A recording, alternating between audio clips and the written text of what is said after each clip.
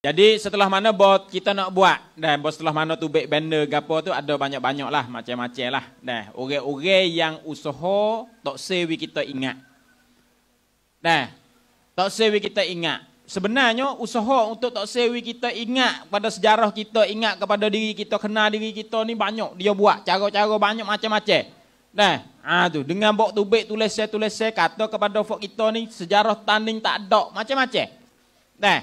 Tu supaya apa? Supaya nak usaha kita tu lupa.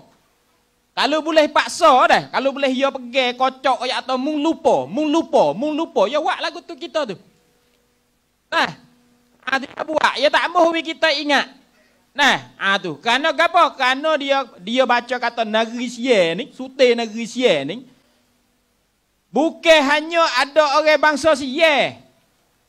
Ada berpuluh-puluh bangsa dalam negeri Sia ni.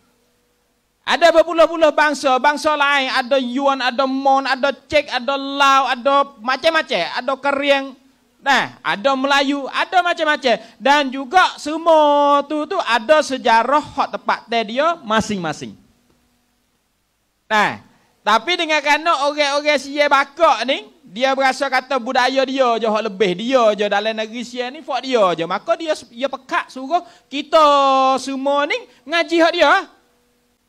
Ngaji hak dia, kita mengaji ambil job part 1, mengapa dah nama raja. Nama raja Tani tak kita tak ingat, tapi nama raja Sia tu kita ingat. Nombor 1, nombor 2 dipaksakan suruh mengapa.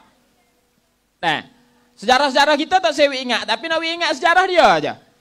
Maka apabila kita kacau nak buat juga supaya kita nak mengingatkan sejarah kita, ya mari selalu dah mengosek. Lepas tu dah mengosek. Nak buat apalah, nak buat tu, nak buat ni. Fok Melayu hok nak lupa pun takut juga. Fok Melayu hok nak lupa tu. Apakah lagi fok hok jadi pegawai. Dia tak sedar kena kata dia orang Melayu. Dia tak mahu ingat kena kata dia orang Melayu. Boleh dia dok takut sangat, boleh dia tak berani nak royak kenal dia apabila naik dia royak kata mungkin tengok mungkin tengok, demo ni nak buat apa?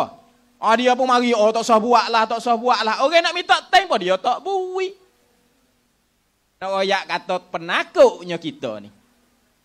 Sehingga kita nak terlupakan diri kita. Tak terlupa, orang Melayu dia gimana pun dia tetap jadi orang Melayu.